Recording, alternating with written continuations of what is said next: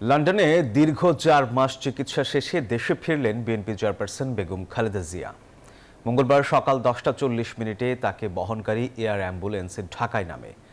দুপুর 1:30টার দিকে তিনি গুলশানের বাসভবন ফিরোজায় পৌঁছান। খালেদা জিয়ার সঙ্গে এসেছেন তার দুই পুত্রবধূ জুবাইদা রহমান ও সৈয়দা শামিলা রহমান। ডক্টর জুবাইদা রহমান দেশে ফিরেন 17 বছর পর।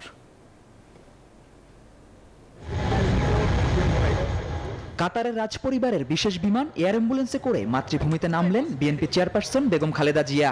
ঘড়ির কাঁটায় তখন মঙ্গলবার সকাল 10টা 40 মিনিট। খালেদা জিয়ার সঙ্গে এসেছেন তার দুই পুত্রবধূ ডাক্তার জুবাইদা রহমান ও সৈয়দা শামিলা রহমান।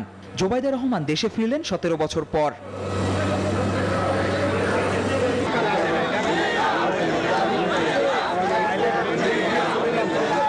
বিমানবন্দর থেকে বেরিয়ে গুলশানের বাসভবন ফিরোজার পথ ধরেন বেগম খালেদা জিয়া।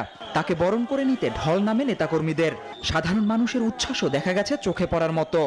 এতদিন পর প্রিয় নেত্রীকে এক নজর দেখার বান্ডেল থাকলে প্রতি সেনমানিতে টাকা বাঁচবে। বিকাশ সেনমানি বান্ডেল কিনে জিতুন প্রতি লেনদেনে। অপেক্ষায় থাকতে দেখা যায় হাজারো মানুষকে।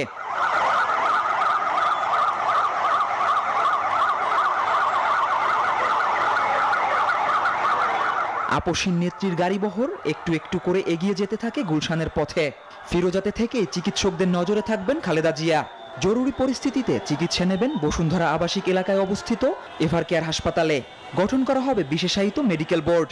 লন্ডন ক্লিনিকের পরামর্শ অনুযায়ী চিকিৎসা সেবা দেবেন মেডিকেল বোর্ডের সদস্যরা।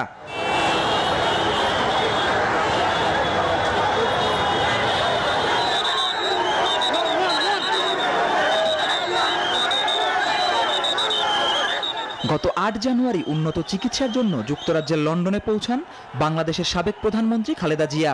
তার শারীরিক অসুস্থতার কথা জেনে কাতারের আমির Sheikh Tamim bin Hamad Al Thani air ambulance দিয়েছিলেন। সেটিতেই তিনি লন্ডনে যান। কাতারের আমিরের দেয়া এয়ার অ্যাম্বুলেন্সেই আবার লন্ডন থেকে দেশে ফিরলেন তিনি।